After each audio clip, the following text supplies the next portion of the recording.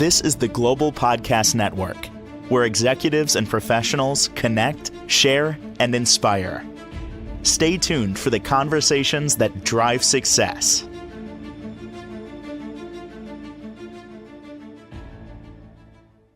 Welcome back.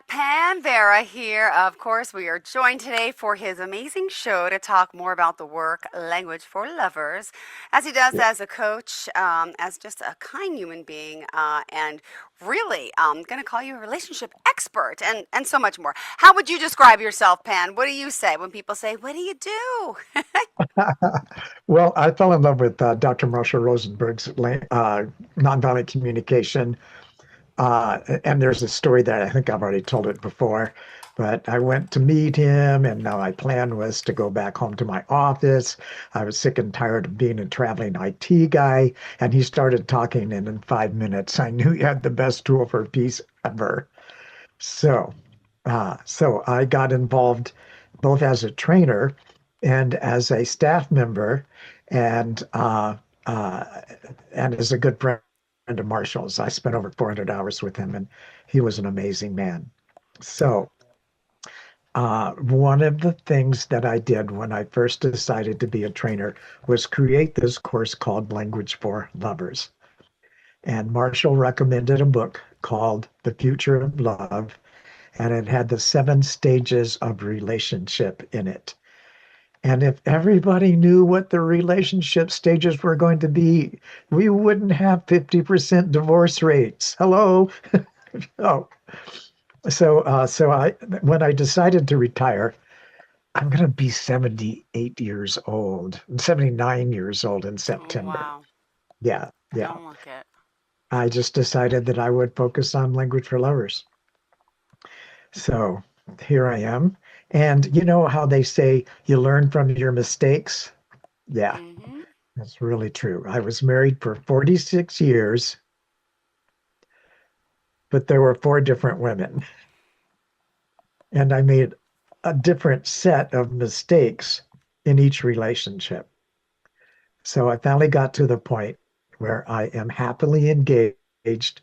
I'll be flying to Vermont in the end of May and getting married for the 5th time. So Congratulations. Exciting. yeah. And you done it right this time. Now you know, right? Yes, now I know. Yes, it was a miracle. So, anything you want to talk about before I would like to go back to the discussions about how to communicate to your lover, but if there's anything you'd like to ask or talk about Well, I just like before, that you're so open and about this because everyone is out there, I think, goes through relationship issues. I myself, I don't have it right. You don't have it right. Even the expert doesn't have it right, right? So it makes us feel better. right, We're not alone. It's okay to struggle. No one's an expert. Even though we are experts, sometimes we can't find that for ourselves. So don't feel bad. It's out there. It's possible. There's potential. We just got to learn a few things. And as we get older, unfortunately, we get wiser because then you lose the time together. But you know what I mean? It's still possible. So don't give up hope I out there. do. That's what I Yeah, want to yeah. say to people, including myself. I'm 48, still never been married, so I'm still going through my share of mistakes and learning and my patterns. And when the time will come, the time will come for all of us. So I appreciate you sharing that with us. Thank you. Okay. And I would like to share something from Daphne King's mother, who was so wise. She said, when we first fall in love, we're flooded with these hormones. We think we've finally found the person who's going to make us happy for the rest of our lives. But our soul had a different idea. Hmm. Our soul found the person who's going to irritate us most in the way we need to grow. And if we know that going in, we can avoid so many mistakes just with that one bit of understanding. And so that's my story, and I'm sticking to it. Aw, wonderful. Tell us more. Um, well, okay, so what Daphne Kingsman realized, she was worked with couples for years and years. She had over 1,000 married couples come to her, and she was so aware that these 7 stages are going to happen for everybody. And it's not like that you have a problem or so on and so forth. It just seems to be the way that we were built.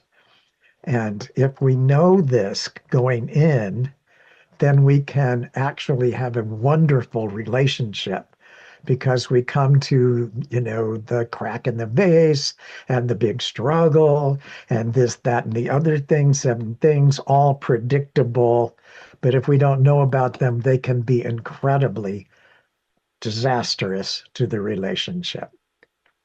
So when I work with people, and I love working with couples, it's my greatest joy because it starts out, you got a man here and a woman here, and uh, and then it ends up with, oh my God, I love you so much, talking to their husband or wife. We make so many mistakes. We assume that the person that we're in love with is just like us. We finally found someone who's just like us. No, we are not just like anybody. Why is that? Well, because we were born into different families, we went to different schools, we had different upbringings, and all of these things create our personality. And if we know that our partner is not going to have the same personality as we do, then we're not going to get mad at them for not giving us. Yeah. Instead, we're going to develop skills to help them get us because we're different. So that's the magic, to know that the relationship between the man and the woman is different than the relationship between the woman and the man because we all are different. And I use those generic terms gender wise. Doesn't matter what birth gender you are, everybody goes through these processes. So that's why I created this booklet that we've been going through for the Mm-hmm. last couple of sessions to help people understand how to make connection and to harvest the benefit of the pain and disconnection that we are struggling through. Yeah. Everyone is struggling through it. If they don't know what's going on, then it can be disastrous. But if they understand it's just what the stages are, then they can adjust to it Yeah. and get to know each other better and celebrate the differences. So, so that's why I'm so happy to do this many years after my retirement. I tried retirement. It was boring. I couldn't stand it. Ah, So, all right. So how are we doing on time? I don't want to take all of the time. we're Uh, good. Go, go, go. We got okay. this. All right. So I'm going to want to share my screen. And here it is. And yeah. Okay, share. Okay. Are you seeing when we're attracted to partners who reflect our parents' traits? Mm-hmm. Yes, I bet you Beautiful. are. Gotcha. Yeah, yeah. Okay. So, when we come born with parents, then we begin to learn what it's like to be in a relationship. Okay. And it's not a love relationship yet, it's Uh-huh. just in relationship. And our parents didn't get good trainings about being in relationships either. As a result, we inadvertently present to our children trauma, certain trauma. And it's not like we're really mean people and that we should never have children or anything like that. It's just that we're human beings and we pass on things that were part of our childhood, thinking that it's normal. And consequently, we go through a series of traumatic events. So if we know that, then what we can do is use our current relationship to resolve our childhood traumas. Like when I learned how frustrating it was to have a why, daddy, why? Why, daddy, why? Why, daddy, Yeah. why? Why, daddy, Mm-hmm. why? Why, daddy, why? I got it. Daddy doesn't know why, because we're, we have to go through the process of being human. So instead of making it be a disaster, we can make it be a path forward. All right. Okay. So, to foster a fully evolving relationship, we must learn and apply new, compassionate methods, Mm-hmm. moving beyond our old, ineffective ones. Well, Okay. what do I mean by that? Well, it's your fault that blah, blah, blah, blah. How can you be so stupid? Blah, blah, blah, blah. To damage, destroy, damage, destroy. I wonder why my relationship isn't very good. Mm-hmm. So, Mm-hmm. so with these tools that Marshall Rosenberg created, four simple tools, what happened? How do I feel about it? What need or value about life within me generated the emotion, whatever it is that I have? And what request can I make of my partner so that both of us can get our needs met? Does that make sense? Mm-hmm. Okay. So the urgency to receive from our partner what was missing in childhood often leads to losing strategies that increase pain and destroy connection. As adults, we cannot expect others to parent us. We can't expect them to parent us at all. And in the most part, we can't expect them to parent us in the ways we missed in childhood. Yeah. So we need to learn to nurture ourselves and to fulfill our needs compassionately.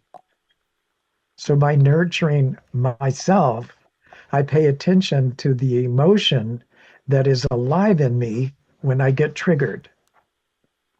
And as I do that, I recognize that this emotion is telling me that I'm not experiencing life in the way that I would enjoy experiencing it. Or after we get practiced at this process, it's it's it's it's meeting our needs beautifully because we make requests. Okay. Any Mm-hmm. questions about that? No. No. Right, Jill. Uh, you're going to be highly trained in I your had to next sneeze. relationship. Thank you. Bless you. Um, so in our romantic relationship, recognizing our shared connection means understanding that we are responsible for healing ourselves.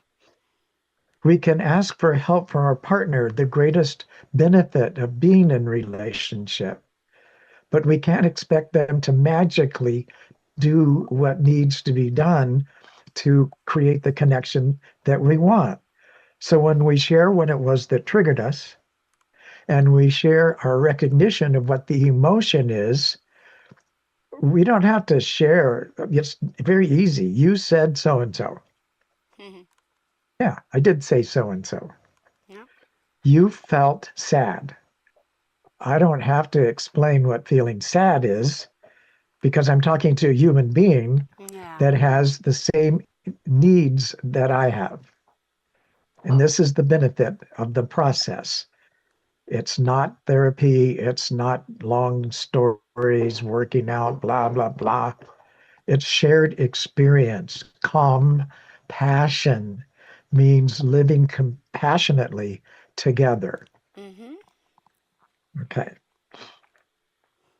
So, in our relationship, though direct control is not possible, we can influence each other positively through our own actions, which have created our own positive change. We don't have to go study to become a psychologist. We just need to share honestly, truthfully, and completely what's going on in us. And the couples that do this find new life in their relationships and become very happy. And if they don't, then they become very sad because yet another divorce, yet another broken heart, Yeah. yet another lost house, car, all the things that are Mm-hmm. involved in that. All right. So when you're triggered, acknowledge your inner child's fears or defenses. Mentally embrace your inner child. and gently steer them away from your impulse to control the situation. What is the greatest pain most couples feel? A lack of autonomy. Yeah. Their partner's always trying to get them to do something, and they don't even know what it is or how to do it. So it's up to us. And with these tools that I've been teaching Lo these many years, since 2004, it's easy to do this stuff. Yeah. The only thing that's hard is to stop doing what we've been doing up until now. Okay. I love this image. If you like horror shows, this is a good one for you. In repetitive arguments, we often react to negative fantasies about each other, leading to behaviors that reinforce those fears. And this fuels a counterproductive cycle that is devastating to connection.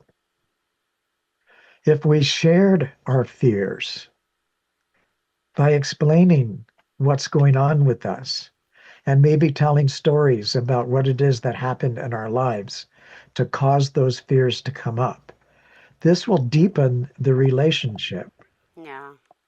as opposed to blaming the other person for being so damn scary. Mm-hmm.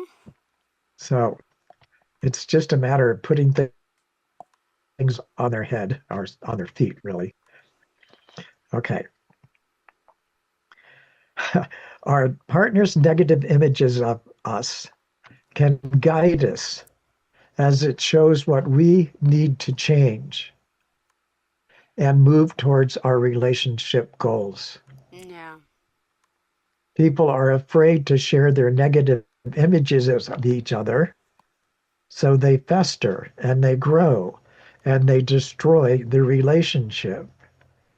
But if we share the images, we can get more clarity about why the person is reacting in a way that surprises us and what we can do to adjust the way we communicate so that Mm-hmm. instead of it being a problem, it is the solution. When one marriage counselor says, uh, uh, married people don't have problems. Ah, Married people are the problem. true. Uh-huh. And I blame that on our culture and our society. Yeah. So last week we talked about boundaries quite a bit. When connection is crumbling, utilize your dead stop agreement. What's a dead stop agreement? There are things that you sometimes say that completely devastate me, and I cannot connect with you.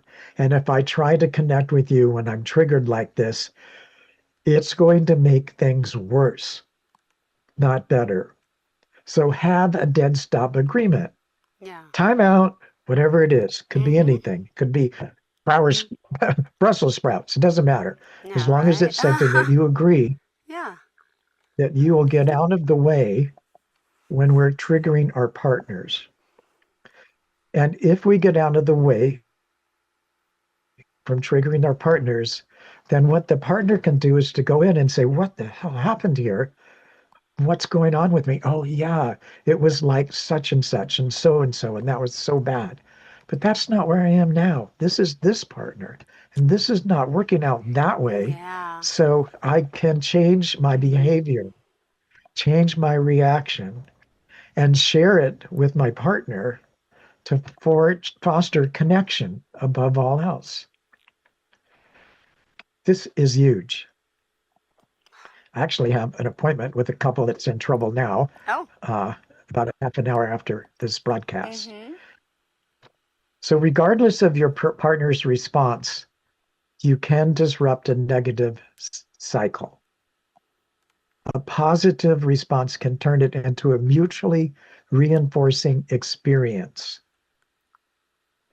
Even if they cling to their old patterns, your choice of healthy behaviors can halt the negative interactions, moving towards a better relationship pattern. Mm-hmm. Great relationships need same, sober, and safe spaces to nurture and grow healthy connections. My current beloved partner needs half a day to herself. She was living alone for years and years. And when she doesn't get that, she doesn't have a chance to enjoy her life in a way that she enjoys it. So I now know what's going on with her. I give her her time, take Mm. my own time. I need that too. And we can mutually reinforce each other instead of, you know, you don't do what I do, instead of that. Yeah. If you've been married, you might understand that tone of voice. All right, now sometimes you do need help. And when you choose a therapist, you clearly express your needs and observe attentively their response. If they're not, their aligned response conforms to their ability to facilitate your most powerful outcome, go for it. Yeah. But if they're saying, well, husband, you got to do this and you got to go that, and wife, you need to blah, blah, blah, blah, it's not going to help you. You need understanding and an awareness of these patterns.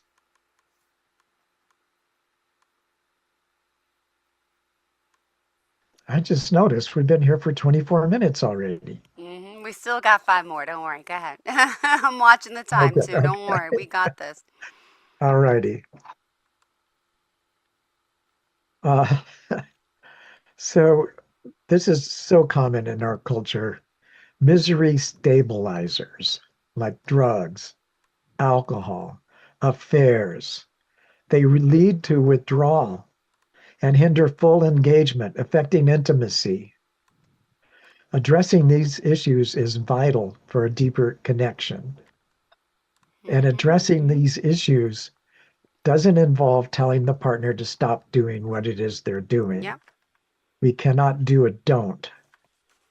Instead, suggest things they can do instead and be part of their solution should they want your help. All right. So when these impulsive actions are present, they undermine relationship safety, hindering true intimacy. Removing threats is vital for relationship success.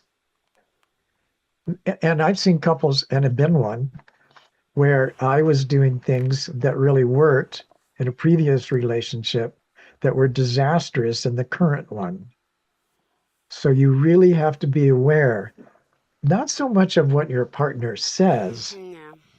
but how they're holding their body, what's going on with their face. Have they turned and shifted away from you? These non-verbal cues Hmm. are what allowed us to evolve from apes to humans. And then somebody came along and said, I think, therefore I am. And so everybody thinks that you have to think. Yeah. Think it's fine. But nothing is more honest than nonverbal communication because it's unconscious, subconscious. So, in the event of verbal abuse, a formal timeout is a respectful and effective strategy to protect, nurture, and further our relationship. I had one couple where the husband, when he was under stress, he would start making light of everything, thinking it was funny. It was not funny to his wife. Hmm. And he really had a hard time understanding it because it was the strategy that his parents were using, and he felt like it would really work. You got to be in the moment when you're in front of your partner, in the moment. And if you're not in the moment, then tell your partner that you're really not in the moment because you've been triggered and this is going on with you. And can you have some empathy so that you can become more present? It's easy to ask for, easy to do if you know about doing it. Okay, after a timeout, not always, but after some timeouts, agreeing to a 24-hour pause on the triggering topic is often transformative and reconnecting and healing relationships. It doesn't mean like you need to go into check yourself into a hotel room by yourself. It just means you have to drop talking about the trigger and come back to it when the connection has been healed and reinforced. If we do that, if we're not still chewing on our bone, the process powerfully enables us to see our partner's point of view. And if your relationship has some health to it, understanding their point of view and being understood with your point of view is the very nature of intimacy. Into BC. Okay. Okay. Should I keep going? No, we I'm got kind 2 of more minutes left, so we got to kind of wrap uh, up a little bit, but go ahead. okay. Demanding physical intimacy often diminishes the other's desire for it. Understanding and respecting each other's needs foster closeness and delicious connection. Many years ago, I heard this saying, for a woman to enjoy making love, she has to be in the mood. For a man to enjoy making love, he has to be in the room. That's a good one. Yeah, it's an exaggeration, but hey, all humor is. When women adhere to outdated norms of acquiescence in modern relationships, it often leads to a loss of passion. So, what I mean by this is that if you're always giving in to your partner and pretending like you don't care about what it is you want and what you need, you're not going to enjoy being with your partner as time goes by. And your partner is not going to enjoy being with you if your partner doesn't understand what you're wanting, what you're needing, and how to benefit your plans on a happier life. Oh, beautiful. Yeah. Well, I think at this point we have to now wrap it up and say goodbye. So we'll unshare the screen and to tell people how we can reach out to you, Pen. Thank you. How they can reach out to me? Yeah. Yeah. Please send an email to pan@languageforlovers.com. In every relationship, there's 4 relationships. The one person's relationship themselves, the other person's relationship with themselves, his relationship with her, her relationship with him. And when you understand that, you're 1/3 of the way on the journey. Perfect. Pan Thank you at again. languageforlovers.com. All right. Thanks again, sweetheart. You have a fantastic day. See you next week. Same time, same place, probably, or about. Thanks again, Right. Pan, and enjoy the rest of your day. Okay, Jill. All right. Bye-bye. Bye. This is the Global Podcast Network, where executives and professionals connect, share, and inspire. Stay tuned for the conversations that drive success.